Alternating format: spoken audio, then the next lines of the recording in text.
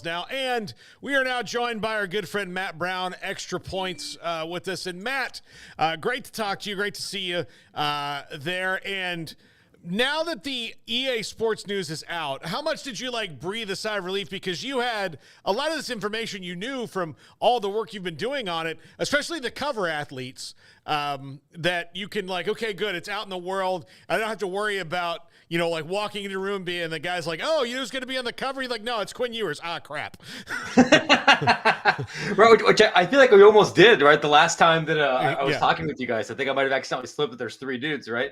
There was definitely some element of relief. I'm not able to say everything that I know yet. And one of the things that kind of happened after that release is that I want to say literally every third video game player on the internet is now reaching out to me on social media, whether it's Twitter, Instagram. I've had people hit me up on LinkedIn, things I haven't used in a minute, saying, okay, great, we got the game here. Now tell me about the shadow rendering of the situation, or how many people can I have in my custom conference, all these specific questions. I just have to tell them, guys, I have an embargo for 4 more days. Please be patient a little bit longer, and I can go tell you everything. But it's hard to be patient. Matt, Quinn Ewers and Travis Hunter and Donovan Edwards, it feels like they checked a lot of boxes and kind of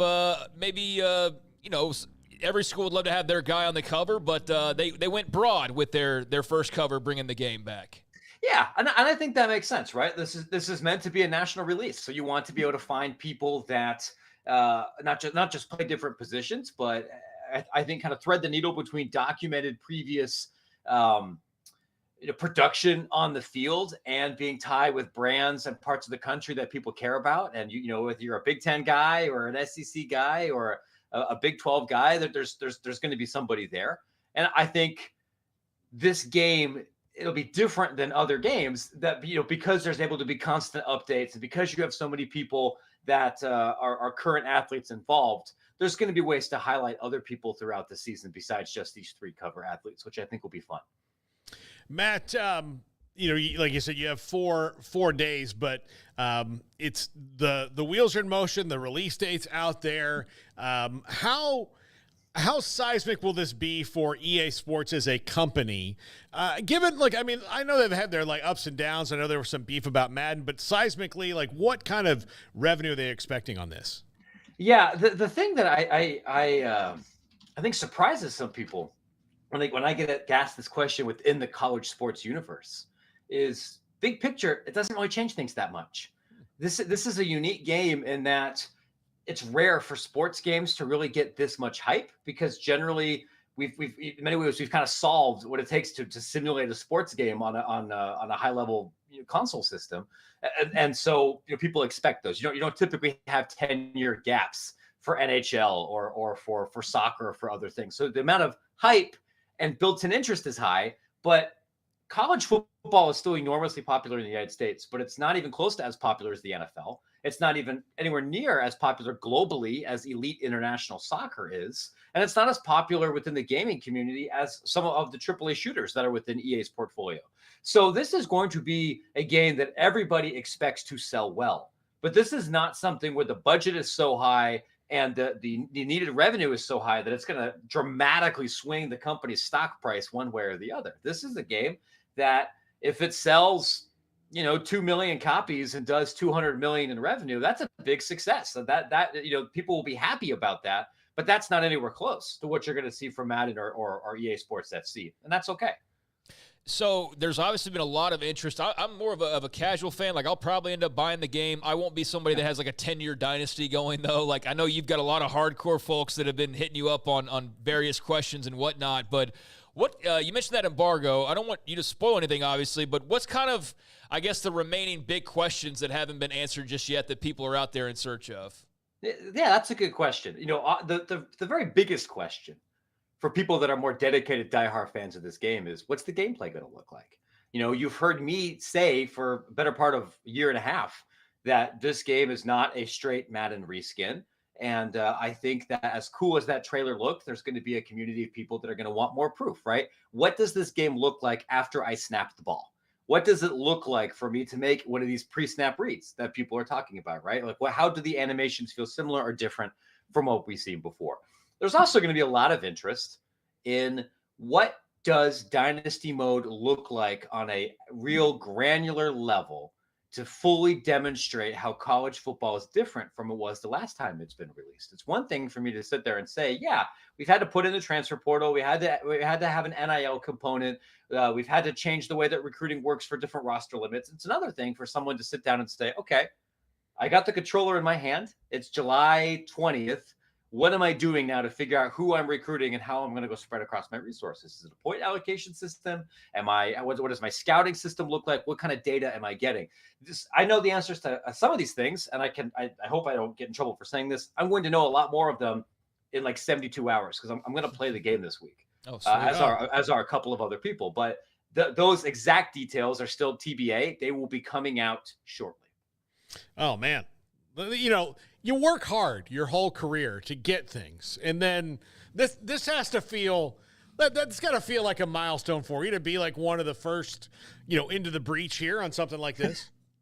Yeah, I mean, it feels a little surreal now. I'm sure that I'll allow myself to be a little emotional when I go into the EA headquarters, right? Like I've had a couple developers tell me, your name's in the credits, right? And what my goal is to be. I know I can't get pictures of like gameplay while I'm there, but if I get a picture of me like pointing to my name in the credits, yeah, that's going to be a big you made it moment, just like it was when I held my book for the first time, or when I was able to get credentials to some events I was never able to do at SB Nation under extra points. It's a very unique experience because I still don't feel like a video game reporter. Like that's still not my core beat. I've still kind of fallen into this world sort of on accident. But I'm glad to be here, and I'm glad that so many people are responding and appreciative of the kind of work that I'm doing to try to get answers to questions that consumers really seem to care about. Matt, I don't know if anybody's asked you about this, but I'm curious as well. To get the real heart of college football, will there be lawsuits? Can you sue to get out of your conference? Can you, I guess, push back on NCAA penalties? Can you refuse to pay a certain amount? How realistic? I mean, in all seriousness, though, there's a lot going on. Yeah. No, you're not wrong. And like, I understand that, that we ask that kind of facetiously. I have talked to some developers about this a little bit because this game's not licensed by the NCAA, right? And there were certain things that you couldn't really do if you had the NCAA moniker, right? You couldn't really have press A to commit recruiting crimes brought to you by the NCAA. Like, the licensee is not going to be thrilled about that. Right. Now, you're still going to work with the individual schools. I don't think Texas is going to be thrilled, but maybe you have a little bit more leeway to do some things that maybe you couldn't do before.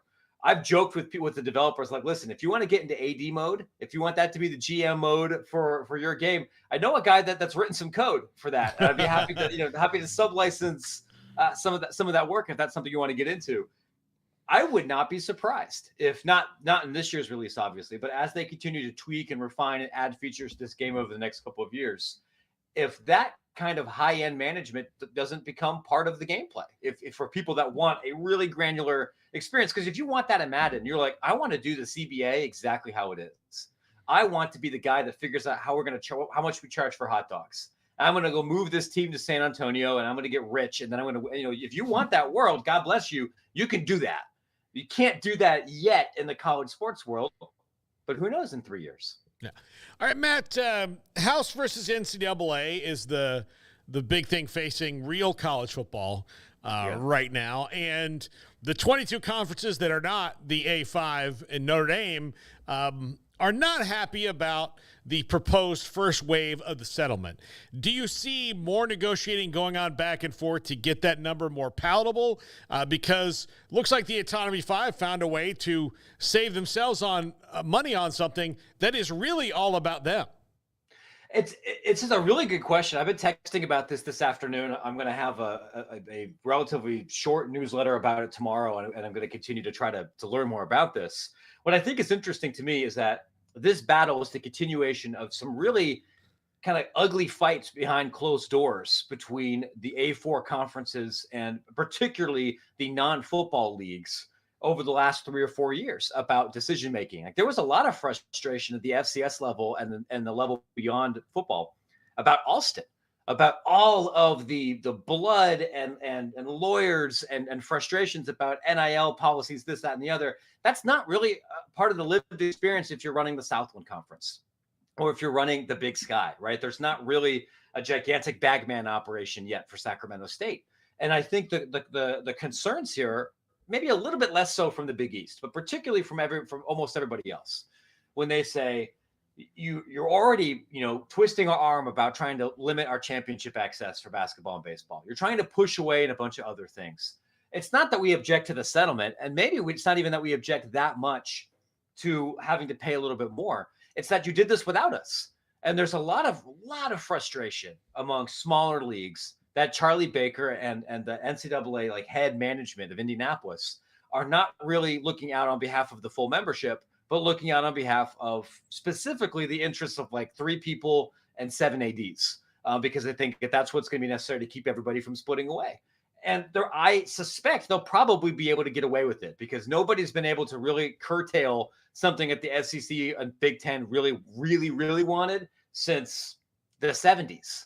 But I understand that frustration, and it's real, and it's a continuation of fights about NIL, about fights about championship access, about fights about other lawsuits, and it's coming to a head more, right? There's already a lack of trust, I think, between many of those conference executives and their colleagues at the FCS and 1AAA level.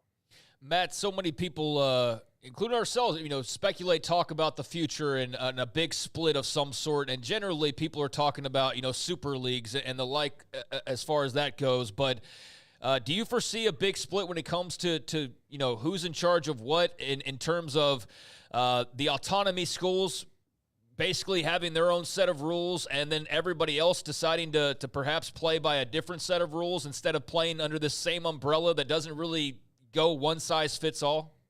I mean, I think you could argue that that's already been the case for several years. Once the Big 12 and SEC and Big 10 and ACC moved to the an autonomy designation, they already have the ability and flexibility to do things for themselves that other leagues don't necessarily do. I think at this point, I'm keeping a pretty open mind about what's possible. If you have a world where we don't have scholarship limits anymore, and one team can offer 30 baseball scholarships or 25 baseball scholarships, one is offering 4.5. Should they be in the same College World Series? Should there be a minimum threshold to be able to even compete? Like, do you have to offer at least 12? Do you have to offer at least 15? Those are not easy answers, right? Eventually, the rules change so much where you really can't have a combined NCAA basketball tournament. Or do you? But you have everybody operate under completely different configurations, which is the way the basketball tournaments used to work, before the 60s, or back when the AAU was still kind of a thing. The kind of typical message board continuation of we're moving to this world where 40 schools completely separate and they call themselves the Learfield Champions League, presented to you by BlackRock Capital.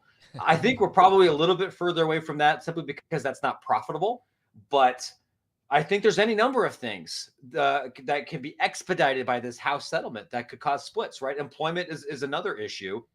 You and I and God and everybody all know that McNeese and Texas aren't really playing by the same rules and anything else. Who knows what's going to be the 2x4 over the camel's back that forces some more substantial changes to how we align everything. Matt, you mentioned, adding new scholarships to baseball or whatever. Is this the end of walk-ons maybe as we know it in football? Because they would potentially see reductions to allow this. Yeah, I think that's entirely possible. And it's something that I know many college football coaches and some ADs that are close to those coaches have already spoken out internally against. Many programs view walk-ons as critical in establishing team culture, even if they don't necessarily play that often on a 2-deep, or it's relatively uncommon that they're meaningful on the field contributors, that they need those guys to be able to have enough bodies and depth and practice. You need those guys to run a scout team, and you need people to come in that want to be a part of this very badly. You kind of want a couple of Rudy-like folks to help as you deprogram or de-recruit some of the 4- and 5-star guys. And if you don't have those and you shrink down to an 85-person roster, which is entirely possible, that changes the way that you run practices. And for some programs, it changes the way that you recruit, because there's still a few that heavily rely on walk-ons to provide depth and eventually contribute on the field. It's going to change, I think, other sports even more. But there's a lot of things about this current financial model and current, organizational model that won't be able to be sustained post House, post Dartmouth, post Johnson and the NCAA. Walk-ons might be one of those things, just like we have in the NFL and in professional sports. Yeah, I would think that there's the preferred walk-on era is different. I mean, like right now, like Cormani McLean is going to Florida, and he's right now a walk-on. But also given the fact that maybe they don't need 85 scholarships anymore. Matt, I mean, honestly, the way it's going and the way that everything's budgeted for NFL or NIL, like maybe you do run it more like an NFL roster and have, more than 53, but certainly not 85 anymore. No, I mean, honestly, if you're playing 80 guys in a given year, you're either winning every game by 55 points or something's gone terribly, terribly wrong. Coaches are control freaks. You want as big of a roster as possible, because if you do it right, that might give you more depth. But you're generally not playing 4 guys down the roster. And in an era where 20% of your team's going to transfer every year anyway, the depth piece that you recruited as a high schooler, who's going to be your ninth cornerback as a freshman, there's a pretty good chance he's not going to stick around when he's old enough and developed enough to actually contribute anywhere. Like, I think. Oop, do we lose Matt? Oh, we lost him. All right. I'll send him it. Let's give it a second, see if he pops back in, so we can wrap that up. But yeah, Craig, I mean, I think we've talked about this briefly before, but I can see a roster being at 72 pretty easily here in the future, and then moving on and not even missing it. Because again, like he's a great point that, if you get to your 80th player on scholarship, it's not probably a good year for you. No, probably not. You are starting to scrape the bottom of the barrel, and the odds of your 84th guy being a big impactful player is probably pretty slim to none. Yeah. So yeah. Matt's back. Go ahead and finish that thought, Matt. Yeah, sorry about that. I was just trying to say here that could you, I think, shrink a roster purely on the field to say 72 and not change things that much? I think you can. I think where you will see the biggest changes are in organizational team culture, and for rosters outside of like the top 60, top 70 that might have to use those folks as developmental pieces, because there often isn't a big talent difference between player 84 and the preferred walk-on 110. That gap at New Mexico is different than that gap at Texas. Absolutely. Well, Matt, thank you so much. I got one more question. One more question. I got one more question for you, Matt. On the House case, there's so many things pointing to, just from the articles being released, that this settlement's a foregone conclusion, and obviously there's now those detractors that are voicing their concerns with how it's all unfolding. But just from your point of view and talking to the people you talk to, how do you view a potential settlement, and what do you think this changes big picture, if anything, and then what comes on the heels of that settlement, knowing that this is not the end-all be-all answer to all problems? It's definitely not the end-all be-all, even to just the NCAA's legal problems. And based on the conversations I've been having, I would say that the odds of the NCAA Board of Governors and the major conference leaders voting on this settlement as currently structured, very, very high. I would be surprised if the terms change significantly, despite the Big East and smaller conferences, kind of pushing back. Where I do think this isn't a completely done deal is what the judges think, because there's some legal concern about this system that might make it too difficult for other athletes to potentially sue in the future, athletes that are not currently part of this case. The judge also, who has consistently ruled against the NCAA and antitrust case, has to approve this. And has to think that it's fair and that it solves the problem, and it works for all sides. And it's possible that the NCAA could vote on something and the plaintiff's attorneys are cool with something and the judge could say no, or it could invite litigation in other ways. We also have another antitrust case in Colorado that we don't know if that's going to be folded into this group here or not. I think it is probable that we have some kind of settlement, which is going to be a very significant cost change. I think this is going to drive down coach salaries It's going to drive down staffs for programs. It's going to drive down administrator salaries, and it's also going to lead to a lot of job losses. And some of that probably needed to happen. Some of that is going to be really painful in this industry as this gets right-sized a little bit to a different budget reality. Absolutely. Matt Brown, Extra Points. If you've not, go and subscribe to Extra Points. It's great stuff on college athletics every single day in your inbox. I can't wait for every morning when I wake up and read the newsletter. And plus, he'll have some information live on the ground, video game information, and nothing speculative anymore. So, Matt, enjoy that. Do you good? Do you have to like go in and like sign it? Sign your life away and. I think that's exactly what this is going to be, right? I think I fly out tomorrow. I think the event's Wednesday and Thursday, and I think right when you walk in, like Matt, first time, long time, great to see you. Sign this NDA, or I'm throwing you like in the ditch right now, right? Yeah. You don't want people taking screenshots in the bathroom or something, or leaking things because the game's not done. But if you could stick with me a few more days, to everybody, I promise I'll make it worth your time. Yeah, we had a couple questions in the chat room. I'm like, guys, embargo means he can't say it. So I'm trying. I am literally not trying to sound like a jerk on Twitter, even though every once in a while I can't bite my tongue anymore. I deeply want to be helpful. I also don't want to get taken away by the helicopters. Yeah. I as soon as I'm allowed to, I will answer every question I possibly can. Yeah, absolutely. Matt Brown, Extra Points with us. And Matt, we'll talk to you again soon.